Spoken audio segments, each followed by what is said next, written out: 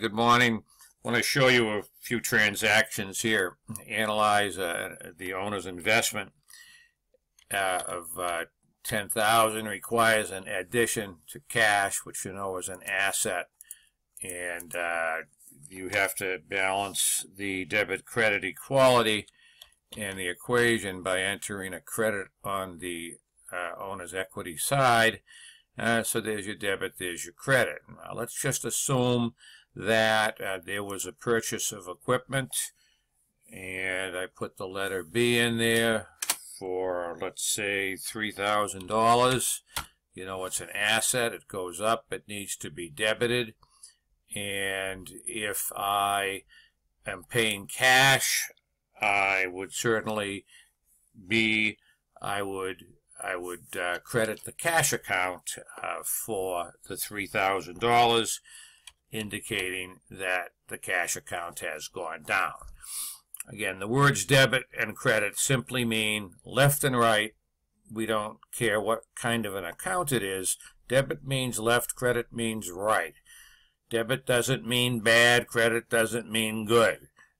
Okay, it's just left, right, left, right. So on any account, the debit side is the left side, debit side, left, right, credit side. Doesn't matter what kind of an account it is. Left is debit, right is credit. So always remember that, and don't try to interpret the words debit and credit. Anyway, so we bought some equipment for cash, so we debited equipment and credited cash. Now, let's just say we bought another piece of equipment, C, and we paid $2,000 for that. So another asset comes in. We have to debit to add to an asset, and we are buying it on credit, so we need to add to the accounts payable account, and the amount is $2,000.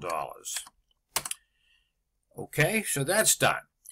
Now let's take, just to be sure we know what's going on. So let's say I made a $500 payment on that account. Okay, I'm not going to pay it all. I'll just make it like an installment payment in D. I don't want that there. Okay. Oh dear. Okay, let me kill that. Okay, so in D, let's say we paid $500. Okay, so there's your debit to reduce the account payable.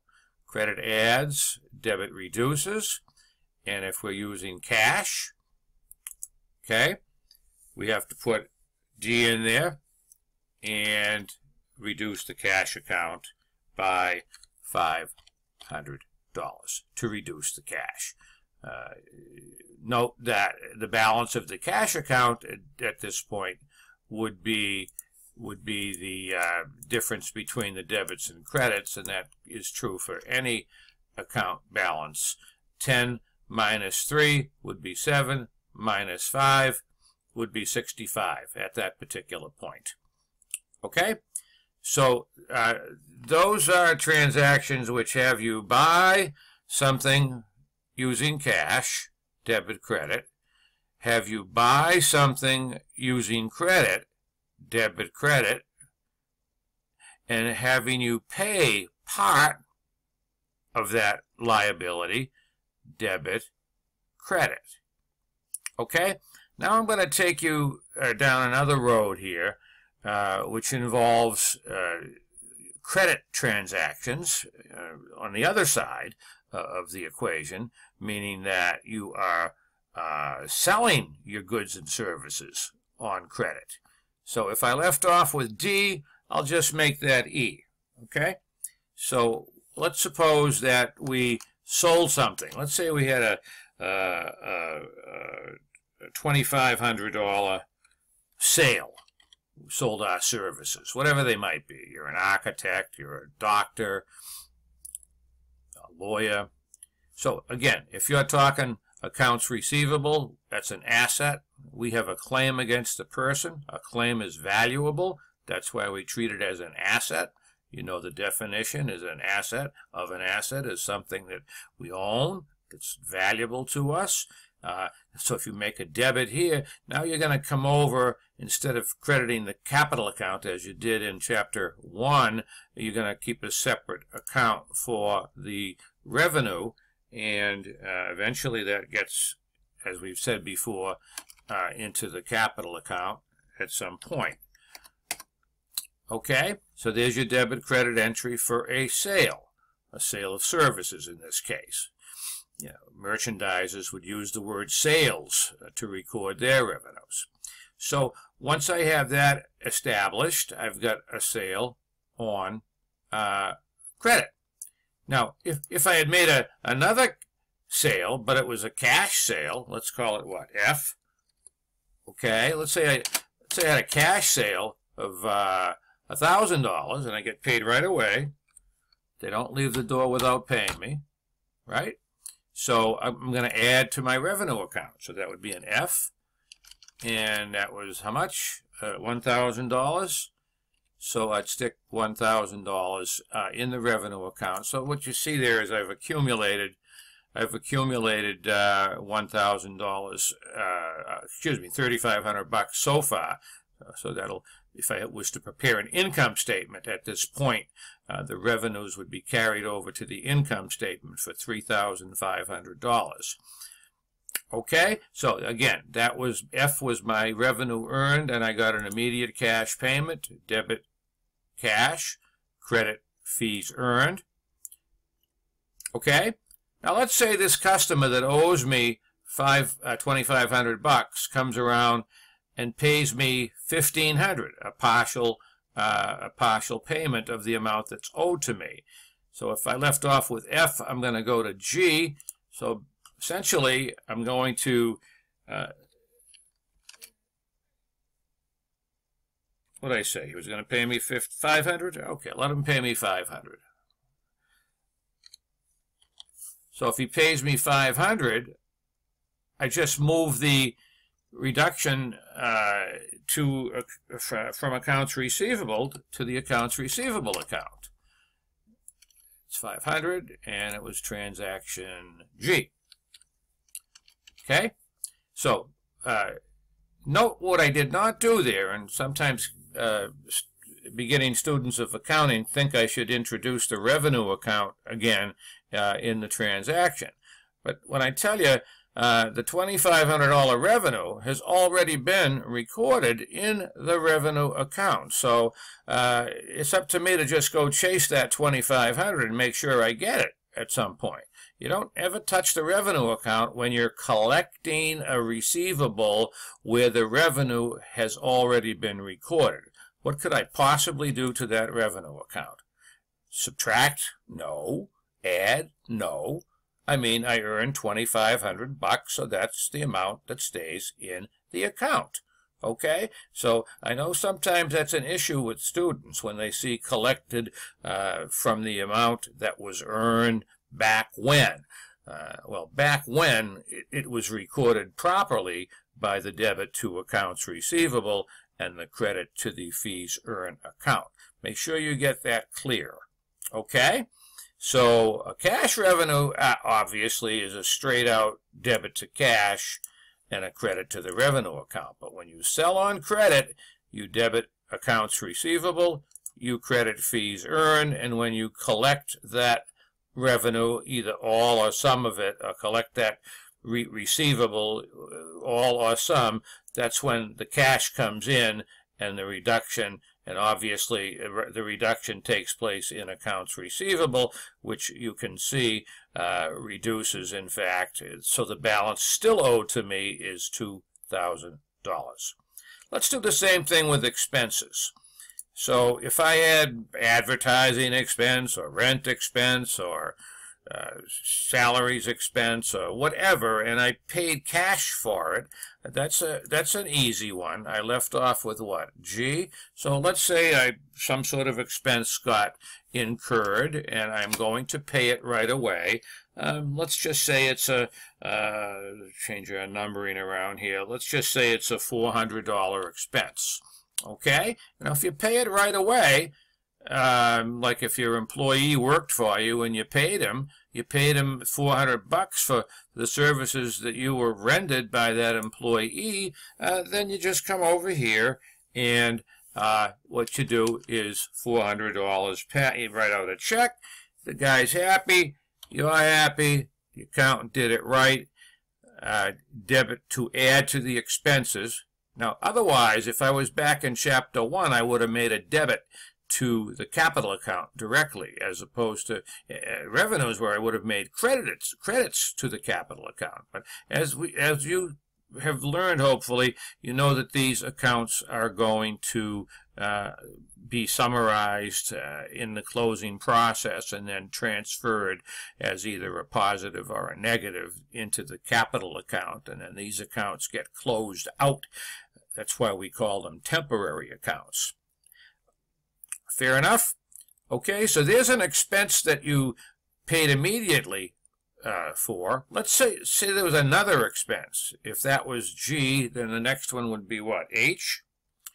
So let's say there was a $600 expense incurred to the local newspaper, and they agreed to let you pay in 30 days, in which case you are not paying it right away, but rather you're going to incur that expense. And that telephone is nuts. It just is nuts. It's all baloney, trash. Go away. Okay.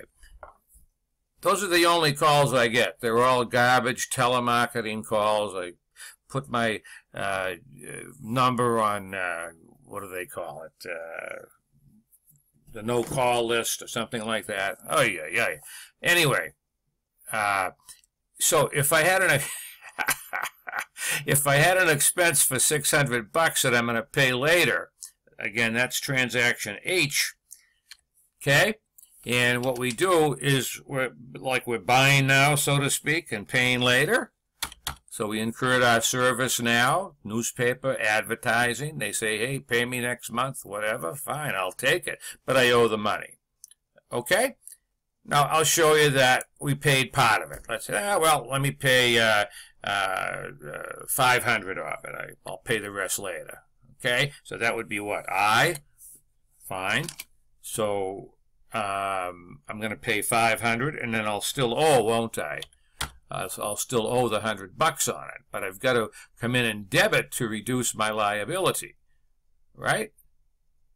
Because I'm paying off something that I owe from a transaction over here, H, incurred the debt, and then when you pay it down, you pay the liability down by $500. So if that's transaction I, we'll pop an I in there and come over and reduce the cash account on the right side of the account with a $500 credit. Okay? Now, if you were to, I don't want to make this any longer, but if you were to, and I'm not going to use auto sum and whatever, but if you needed the account balance, right? If you needed the account balance, what you'd do is you'd add the total debits and you'd add the total credits. And if this is larger than that, and it would be, then you would have a balance. It would be a debit balance in the case of cash. Balance in the case of accounts receivable would be a $2,000 credit, where you would write the word balance in and simply show the $2,000. Here, the balance of the equipment account would be $5,000. The balance of the account payable account would be, the sum here would be 26 minus 1,000. It would be like what, $600?